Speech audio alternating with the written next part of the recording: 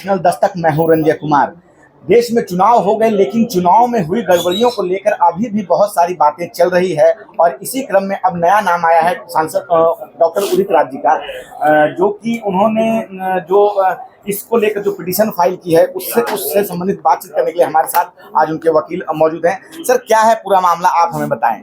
देखिए रंजय जी, ऐसा हुआ कि parliamentary constituency 05 north west Delhi doctor Udit Raj INC के कैंडिडेट थे और उनको काफ़ी मैनिपुलेशन से हराया गया। टोटल एडमिनिस्ट्रेटिव मशीनरी का मिसयूज हुआ। इतना नहीं, EVM की टेम्परिंग का भी कंप्लेन है। और मुंडका कंस्टिट्यूंसी में जो विधानसभा है वहाँ पे कुछ लोगों ने कंप्लेन किया कि वो कांग्रेस को वो दे रहे हैं वोट और जो पर्ची निकल रही है BJP की निकल रही है। सबसे बड़ी हैरानी की बात है रंजय जी कि इलेक्शन कमीशन के वेबसाइट पे इलेक्शन कमीशन ने जो टोटल नंबर ऑफ वोट जो पोल हुआ वो जो बताया संख्या, काउंटिंग के समय वो संख्या बढ़ गई।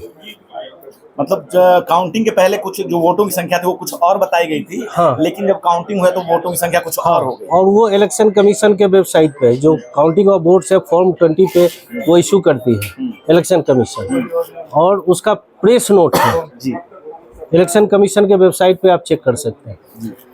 तो जो वोट है जितना पोल हुआ है उससे ज़्यादा काउंटिंग हो गई। तो ये टोटल मैनिपुलेशन का केस है और इन सारे ग्राउंड्स को मैंने उठाया है और मैं डॉक्टर साहब के बिहाफ पे एक पिटीशन फाइल किया हूँ ऑनरेबल दिल्ली हाई कोर्ट में।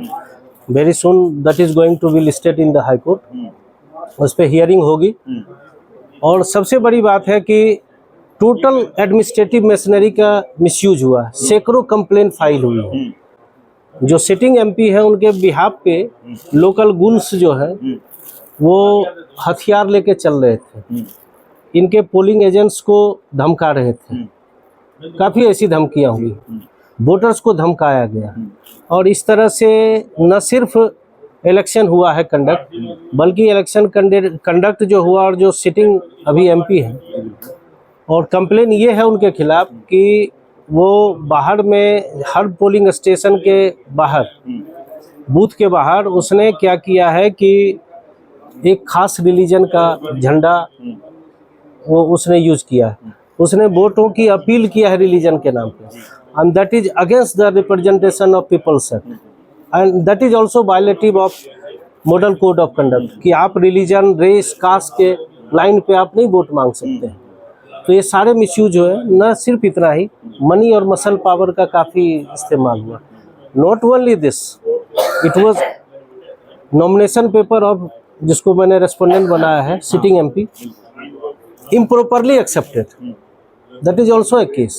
So I challenge in my petition all these things. I raised this issue before Honorable Delhi High Court और देखिए अब हियरिंग पे आ रही है केस।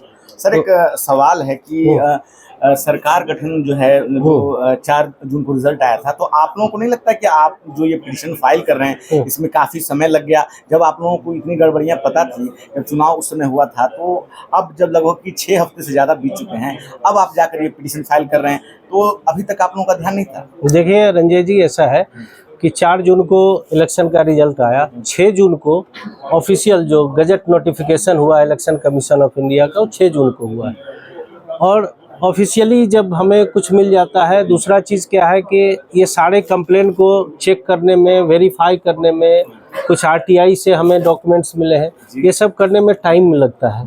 तो जितना मिनिमम टाइम था उतने में हमें डॉक्यूमेंट्स मिले हैं सब, और बमुश्किल 1-1.25 महीना के अंदर, दैट इज़ नॉट डिले है या लेचेज है कोई, और रिट पिटीशन इमीडिएटली फाइल हुई।